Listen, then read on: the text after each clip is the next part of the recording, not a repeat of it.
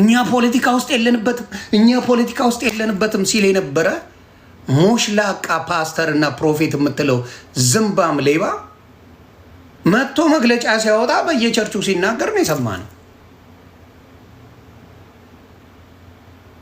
ይሄው ላይ ተንጫጫው። ዘርፋችኋል፣ በሃይማኖት ስም ዘርፋችኋል፣ በብልጽግና ስም በፖለቲካ ስም ዘርፋችኋል። ባረምላ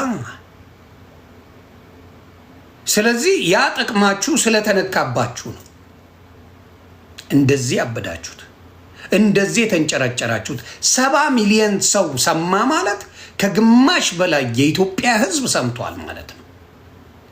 መጀመሪያ ምንድን ነው የሚያደርጉት? የምትጀምረው ከስር ነው። ለምን ቴዲን ካነሱት ድፍን ትገለባበጣለች ኢትዮጵያ። ሙሉ ሕዝብ ለምን እንደሆነ ይናገራል። ምክንያቱም ከልቡ ቴዲ አፍሮን የሚወደው ኢትዮጵያዊ ብዙ ነው። ስለዚህ አይፈራህም። ድፍን ገልብጦ ይወጣል። ስለዚህ ምን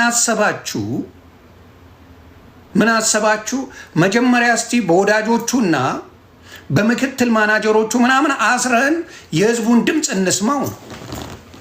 መሀይም ስለሆናችሁ አስተሳሰባችሁን እናውቀዋለን። መሀይም ስለሆናችሁ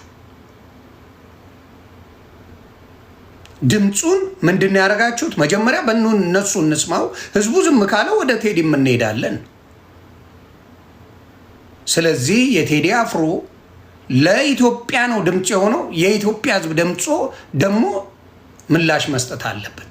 ምክንያቱም ሁላችሁንም መንግስት ሊያስር አይችልም። ድፍን ኢትዮጵያዊን መንግስት ሊያስር አይችልም። ግማሽ ኢትዮጵያዊን ማሰር አይችልም። ኢቭን 5 ሚሊዮን ህዝብ አንድ ከሆነ መንግስት ማሰር አይችልም። 5 ሚሊዮን የአዲስ አበባ ልጅ አንድ ከሆነ መንግስትን ሽንት ማሸናት ይችላል፣ መቀየር ይቻላል። ስለዚህ አሁን ችግሩ ምንድን ነው? እንዳልክን የመሰለ አሽቃባጭ እሱን ያው እንግዲህ የአዲስ አበባ ልጆች በደንብ አሁን በዮኒ ማኛ ሊተረጎም ስለሚችል ዮኒ ማኛ ነው እንዲያስደረገው ሊባል ይችላል። ስለዚህ የአዲስ አበባ ልጆችን በየጊዜው እየመጣ